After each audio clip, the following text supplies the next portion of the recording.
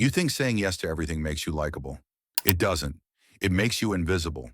And in about 20 seconds, I'll show you exactly how it's rewiring your brain to see yourself as worthless.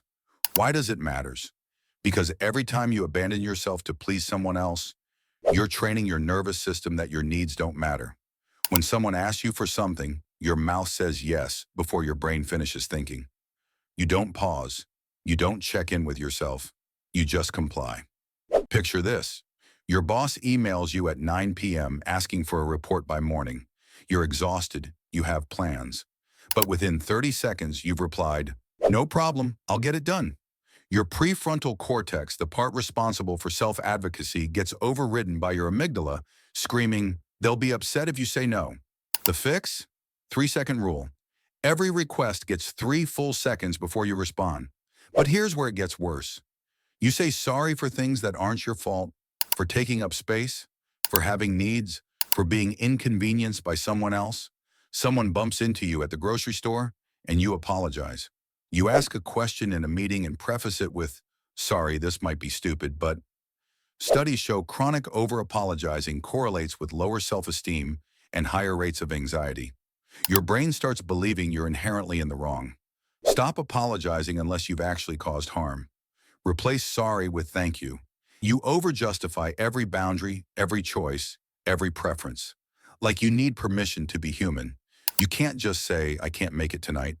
You have to construct an elaborate story about why you're unavailable, gathering evidence for your defense. Your coworker asks why you didn't answer a text immediately. Instead of saying, "I was busy," you launch into a 5-minute explanation about your phone being in another room. This teaches your brain that your decisions aren't valid without external approval. It creates a dependency loop. One sentence. No justification. That's the standard. But the damage compounds when you add this. You'll sit in a freezing restaurant rather than ask to move away from the AC. You'll watch a movie you hate because someone else picked it. Psychologists call this self-silencing. And it doesn't just make you uncomfortable, it creates resentment that festers. You're at dinner. Everyone's splitting the bill evenly, but you only ordered a salad while others got steaks and cocktails. You know it's unfair. You say nothing. You smile. You pay. Your brain logs this as, "My fairness matters less than their convenience." Speak up once. Just once. The world won't collapse. Which brings us to the most toxic pattern. Someone talks over you.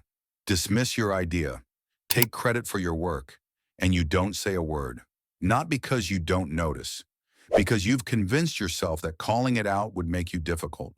Your friend makes a joke at your expense in front of others. Everyone laughs. You laugh too, even though it stings. Research shows that tolerating disrespect literally shrinks your sense of self-worth. Your brain starts accepting mistreatment as a baseline. "That doesn't work for me" is a complete sentence. Use it. And this connects to, you mold yourself into whatever the room wants.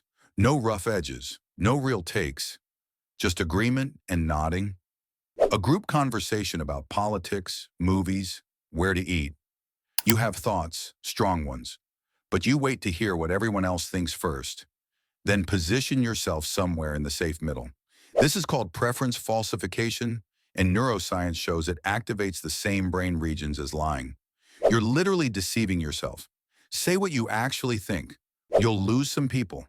You'll find your people. Then there's this subtle destroyer. You feel angry, but you ask yourself if you're allowed to be angry. You feel hurt, but you wonder if you're being too sensitive. Your partner forgets your birthday. You feel sad. But instead of honoring that, you immediately rationalize, "They've been stressed. I'm being selfish. Other people have real problems." When you invalidate your own emotions, your brain learns they're not trustworthy. You become disconnected from your internal compass.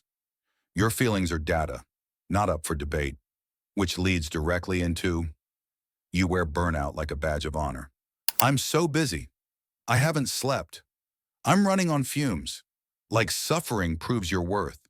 You post on social media about working 70-hour weeks. People comment, "Goals and hustle culture." Your body is screaming for rest, but you've equated productivity with value. This is self-abandonment disguised as ambition. And psychologists link it to depleted dopamine and increased cortisol. You're literally stress aging your brain. Rest isn't earned, it's required. But maybe the most insidious habit, someone compliments your work. You deflect. Oh, it was nothing. I just got lucky. Anyone could have done it. Not humility, self-erasure. You finish a project you worked on for months. Your boss praises it publicly.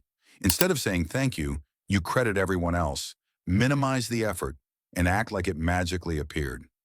Research on imposter syndrome shows that rejecting positive feedback reinforces the belief that you're a fraud. Your brain never gets to update its self-image. Say thank you. Period. Let the win land. And finally, you remain in jobs, relationships, friendships where you're barely noticed because you've accepted crumbs as a connection. You have a friend who only texts when they need something. Never ask how you are. You keep showing up because we've known each other for years. Neuroscience shows that chronic underappreciation dysregulates your reward system. You start believing this is what you deserve. If you're not valued, you're in the wrong place. Leave. One more pattern. You thank people for the bare minimum, for not yelling, for showing up on time, for doing what they said they'd do. Your partner does the dishes, a task they should share anyway, and you act like they've saved your life. Thank you so much, you're amazing. This sets a standard where basic decency becomes exceptional. Your brain recalibrates what's acceptable. Stop rewarding people for meeting the floor. Save gratitude for what's actually above it. And the final destroyer, you think affection is conditional. That if you're good enough, helpful enough, quiet enough, you'll finally be worthy.